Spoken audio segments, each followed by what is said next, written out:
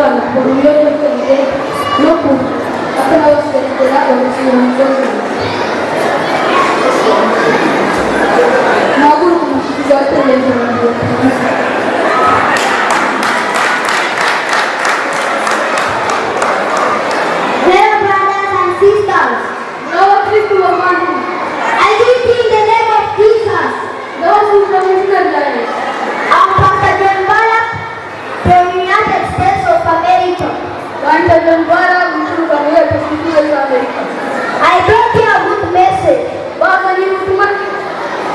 That message is found in Matthew chapter 6, verse 33. Bible tells us,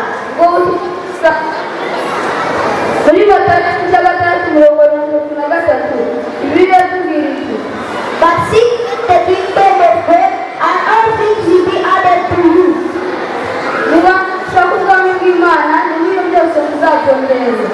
Today God wants you to put Him first in your life. So that God is first in your life, all things will become beautiful.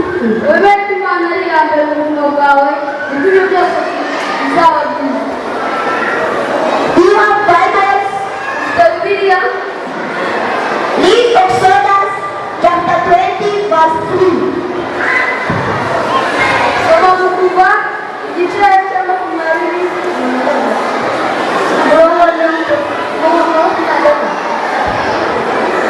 Say, you should not have another God before me.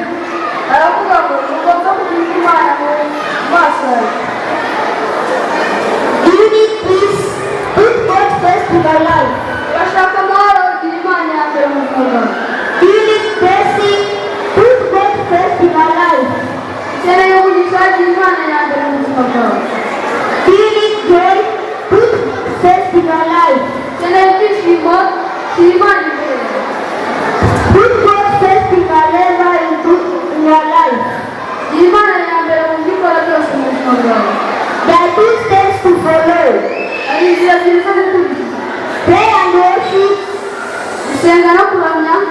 and study the word of God. Pray for those who are exhausted, bored, neglected, and hopeless. Who are those who are too much drugs?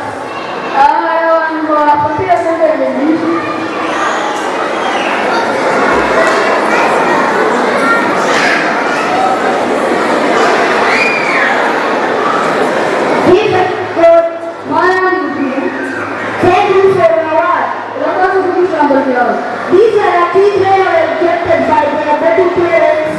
You are their future parents.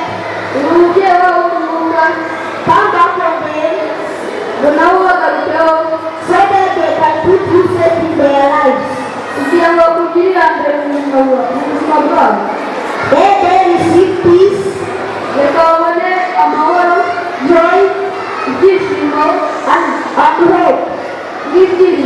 Amen. Amen.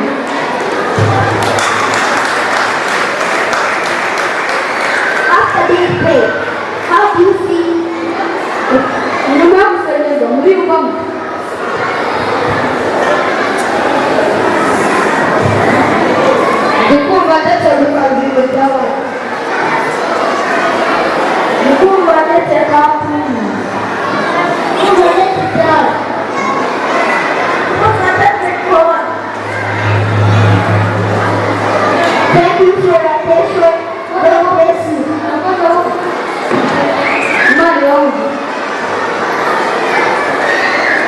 amatara ararangiye naho bitigeze